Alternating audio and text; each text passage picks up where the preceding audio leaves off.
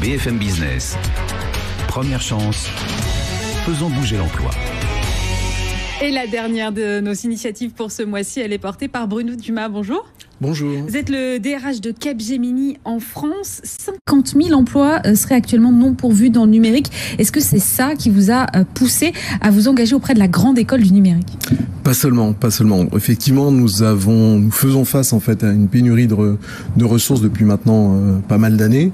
En dehors de ça, l'entreprise s'engage elle également sur la mise en œuvre d'actions dans le domaine de la diversité, et la grande école du numérique est un vecteur indéniable pour aller dans ce sens-là.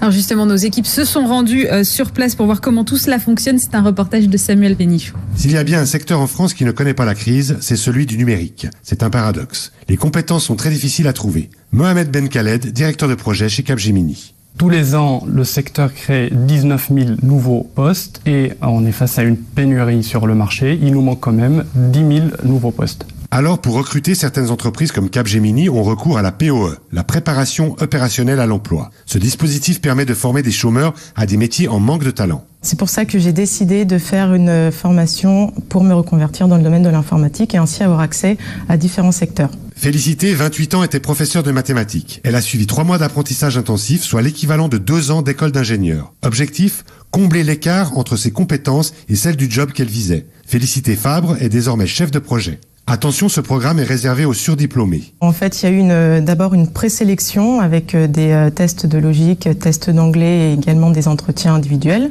Et le prérequis, en fait, c'était d'avoir minimum un bac+4. Donc parmi mes collègues, il y avait également des doctorants ou des ingénieurs. Futur talent du digital, ces chômeurs bénéficient donc d'une formation haut de gamme qui présente des avantages multiples.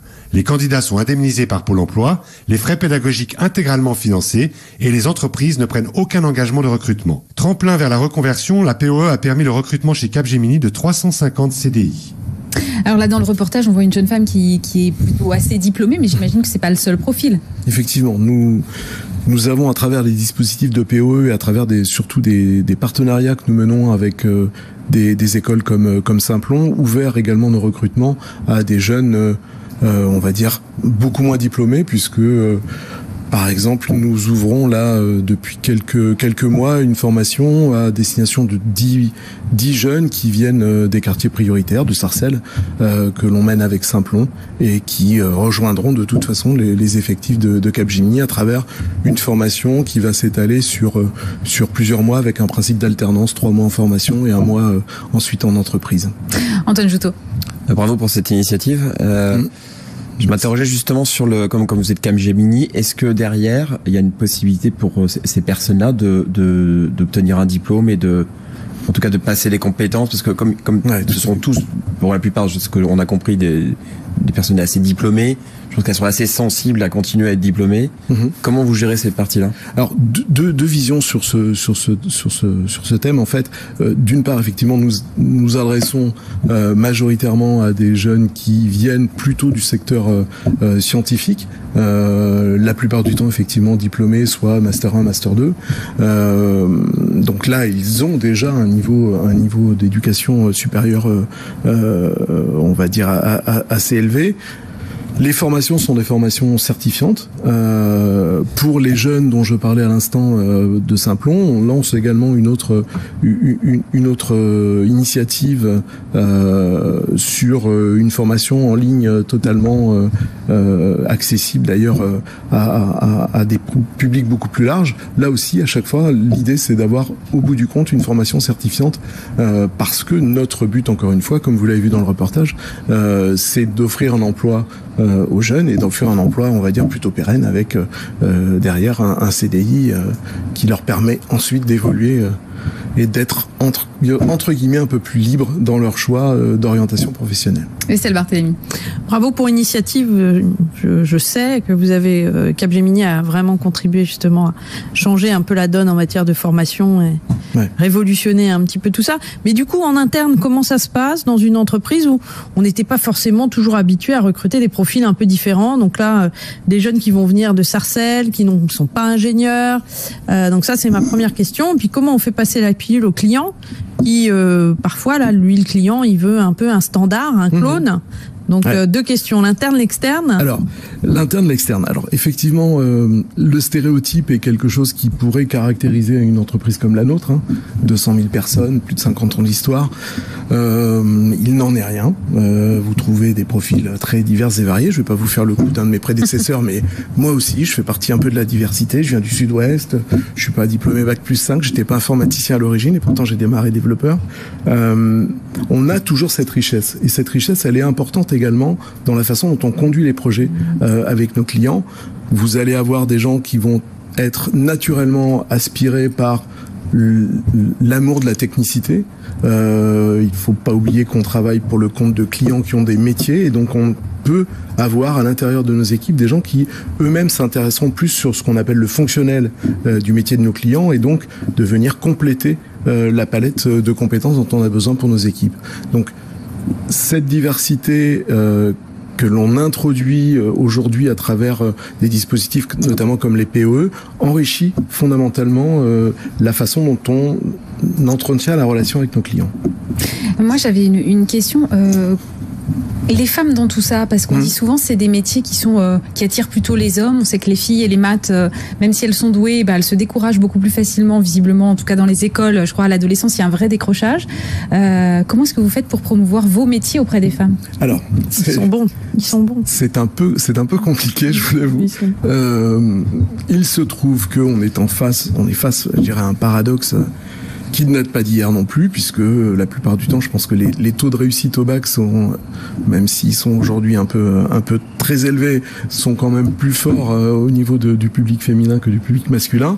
Et force est de constater qu'au sortir, soit des parcours universitaires scientifiques, soit des parcours ingénieurs, là on tombe à des taux qui avoisinent les 15-17%. Donc c'est compliqué pour les entreprises pour essayer de féminiser autant que faire se peut nos effectifs, mais on lance beaucoup d'initiatives, on essaie d'anticiper au maximum et de donner le goût quelque part à nos métiers le plus tôt possible. C'est-à-dire que on a des équipes chez nous qui de jeunes et de moins jeunes qui vont dans les collèges, dans les lycées montrer leur métier, montrer leur quotidien, démontrer que effectivement être ingénieur informatique ou travailler dans une société comme Capgemini, c'est l'occasion derrière de pouvoir découvrir un certain nombre de choses et de faire des métiers passionnants et qui sont pas toujours liés aux stéréotypes du jeune adolescent boutonneux avec sa bouteille de coca qui passe la nuit derrière son ordinateur. Donc on est loin de tout ça. Il y a vraiment matière, mais encore une fois, c'est compliqué finalement de venir compléter ce que l'éducation nationale arrive difficilement à faire. Mais dans le côté paradoxal, on a également vous voyez, par exemple, on intervient sur pratiquement tous les métiers possibles et imaginables dans le monde de l'informatique, depuis le conseil en organisation jusqu'à la conception et au maintien des infrastructures réseau, en passant par le développement. L'infrastructure réseau, c'est pas forcément le domaine qui attire le plus les jeunes filles dans le monde du travail et en tout cas dans l'informatique. Et ben justement, vous voyez, on a eu, et c'est très intéressant, et en plus l'accessibilité est peut-être un peu plus simple que dans le monde du développement où là on va demander d'avoir des compétences en algorithmie et autres. Et on a réussi à plusieurs reprises à monter des POE exclusivement féminines. Donc on a fait quelque part un petit peu de discrimination entre guillemets positive, voilà, et avec un taux de réussite faramineux. C'est-à-dire que quand je dis réussite, en général, c'est comme l'école des fans, quoi. Tout le monde réussit. La seule chose, c'est qu'après, les gens, à la fois les personnes qui ont suivi ces formations et à la fois les encadrants, eux, ont vraiment considéré que c'était un magnifique succès et demandent qu'à renouveler l'expérience. Donc, si on a des candidates qui sont intéressées, qu'elles n'hésitent pas, qu'elles nous contactent. Mais justement, vous êtes venu avec des engagements, vous aussi, quels sont-ils ? Oui, nous sommes engagés avec le Syntec, avec la branche notamment, à favoriser l'insertion pour 400 personnes à travers un programme qui s'appelle 10 000 formations. On maintient toujours de toute façon nos activités avec le Pôle emploi, notamment pour intégrer également des jeunes à travers des POE. Donc c'est des engagements forts, mais qui, encore une fois, avec la bonne proportion permette d'enrichir les profils que l'on recrute chaque année. Je rappelle, Capgemini recrute en France, le groupe Capgemini, 4000 personnes par an. 4000 personnes par an. Ouais. Ah ouais, effectivement, c'est massif. Merci beaucoup. Et en CDI.